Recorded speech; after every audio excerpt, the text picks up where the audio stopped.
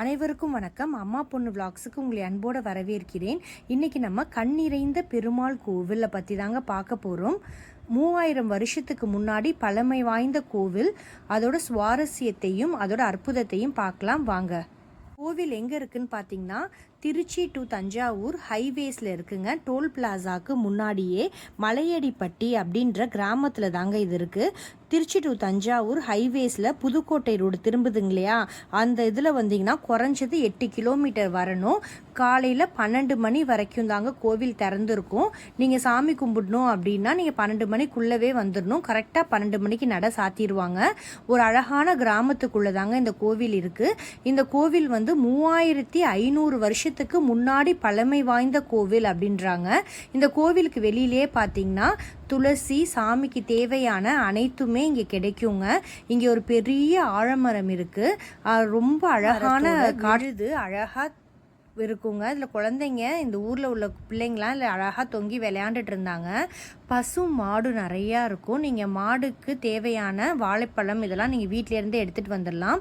இங்கே தீர்த்த குளம் இருக்குது. அங்கே மீன் நிறையா இருக்கும். நம்ம கால் அங்கே படக்கூடாதுங்க தீர்த்த குளம்ன்றதுனால. அந்த மீன்களுக்கு நீங்கள் பொரியும் வீட்டிலேருந்தே எடுத்துக்கிட்டு வந்துடலாம். வாங்க என் கூட சேர்ந்து கோவிலுக்குள்ளே போகலாம். கோவிலுக்கு நுழையிற அப்பயே விநாயகர் இருப்பாங்க. விநாயகரை தரிசிச்சுட்டு கமலவள்ளி தாயார் அவங்களையும் தரிசிச்சுக்கலாம். இப்போது நம்ம மலைக்குள்ளே உள்ள கோவிலுக்கு வந்திருக்கோம். இந்த பெருமாள் கோவில் 3500 வருஷத்துக்கு முன்னாடி பழமை வாய்ந்த கோவில் அப்படின்னு சொல்கிறாங்க. ஆனால் இப்போ வரைக்கும் எவ்வளோ வருஷம் அப்படின்றத கரெக்டாக சொல்ல முடியலைங்க. பல்லவர் காலத்து கோவில் விஜயநகர் பேரரசால் புதுப்பிக்கப்பட்டது அப்படின்னு சொல்கிறாங்க. இங்கே உள்ள கொடிமரத்தை பற்றி பார்க்கலாம் வாங்க. 3500 வருஷத்துக்கு முன்னாடி பழமை வாய்ந்த கொடிமரங்க இது.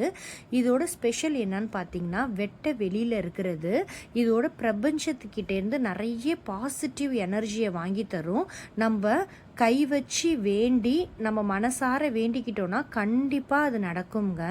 இங்கே உள்ள கொடிமரத்துக்கு பயங்கரமான சக்தி இருக்குது. கண்டிப்பாக ட்ரை பண்ணி பாருங்கள். இப்போது நம்ம பெருமாள் கோவிலுக்குள்ளே வந்துட்டோம். திருவனந்தபுரம் அனந்த பத்மநாப சுவாமி எப்படி காட்சி அளிக்கிறாங்களோ அதே போல் 3 தூண்களுக்கு நடுவில் அழகாக பெருமாள் வந்து சயன நிலையில் காட்சி அளிக்கின்றாங்கங்க.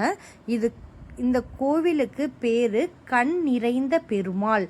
இங்கே கண்ணுக்கு ஏதாவது பிரச்சனை இருக்குது, தீராத கண் வியாதி, கண் வலி அந்த மாதிரி இருந்ததுன்னா அமாவாசை அன்னைக்கு பெருமாளுக்கு தாமரை பூ எடுத்துக்கிட்டு வந்து பூஜை செஞ்சோம் அப்படின்னா நம்ம கண் சம்மந்தப்பட்ட அனைத்து பிரச்சனைகளுமே போயிடுங்க. இந்த கோவிலில் மட்டும்தாங்க பெருமாள் 3 நிலையில் இருக்காங்க. சயனம் நிலை, அமர்ந்த நிலை, நின்ற நிலை. சயன நிலையில் பார்த்திங்கன்னா ஆனந்த பத்மநாபன் அப்படின்னு பேர் சொல்கிறாங்க. அமர்ந்த நிலை வந்து வைகுண்ட பெருமாள், நின்ற கோலம் புண்டேரி பெருமாள் அப்படின்னு சொல்கிறாங்கங்க. பெருமாளுக்கு பக்கத்திலேயே நரசிம்மர் அவதாரத்தில் அமர்ந்த நிலையில் சுதர்சன சக்கரம் அவங்க பாதத்தில் இருக்குங்க. இது காண கிடைக்காத அற்புத காட்சி. பார்க்கவே ரொம்ப அழகாக இருக்கும் இந்த பெருமாள் கோவில். பெருமாளோட நாக்கில் பிரம்மர் அமர்ந்திருப்பாங்க.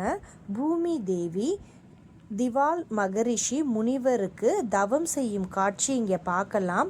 30 முக்கோடி தேவர்களையும் அழகாக செதுக்கியிருப்பாங்க. 3500 வருஷத்துக்கு முன்னாடி பழமை வாய்ந்த தத்ரூபமாக வரையப்பட்ட பெயிண்டிங்ஸ்லாம் அங்கே இன்னமும் கலைநயத்தோடு காணப்படுது. இந்த கோவிலுக்கு காலையில் 6 மணிக்கு அப்படி வந்தீங்க அப்படின்னா பெருமாளையும் பக்கத்தில் உள்ள சிவனையும் குளத்தையும் தரிசிச்சுட்டு போகலாம்ங்க. இங்கே சுற்றி எந்த விதமான கடையும் கிடையாது. தண்ணி, நம்ம காலையில் சாப்பாடு இது எல்லாமே நம்ம வீட்டிலேருந்தே எடுத்துகிட்டு வந்துடணும். குளத்தில் நம்ம கால் படவே கூடாதுங்க. இது ரொம்ப சக்தி வாய்ந்த தீர்த்த குளமாக சொல்கிறாங்க. கை கூட நம்ம அங்கே வைக்கக்கூடாது தண்ணியில் அப்படின்ற மாதிரி சொல்கிறாங்க. இதிலேருந்து தான் பெருமாளுக்கு இங்கே உள்ள எல்லா கடவுளுக்குமே அபிஷேகம் செய்யப்படுது அப்படின்னு சொல்கிறாங்கங்க. இது ரொம்ப அழகான குடவரை கோவில். மலையை கொடைஞ்சி உள்ளே இருக்கிறதுனால கடவுள் அமைதி ரொம்ப அமைதியாக இருக்குங்க. கோவிலுக்கு பக்கத்துலேயே மலையை கொடைஞ்சி அழகாக சிவன் கோவிலும் அமைஞ்சிருக்குங்க. இங்கே முருகர் காட்சி அளிக்கின்றாரு. சுமார் 4500 வருஷத்துக்கு முன்னாடி பழமை வாய்ந்த சிவன் கோவில் அப்படின்னு சொல்கிறாங்கங்க. சிவனுக்கு எய்த்தாப்புல ஒரு அழகான நந்தி.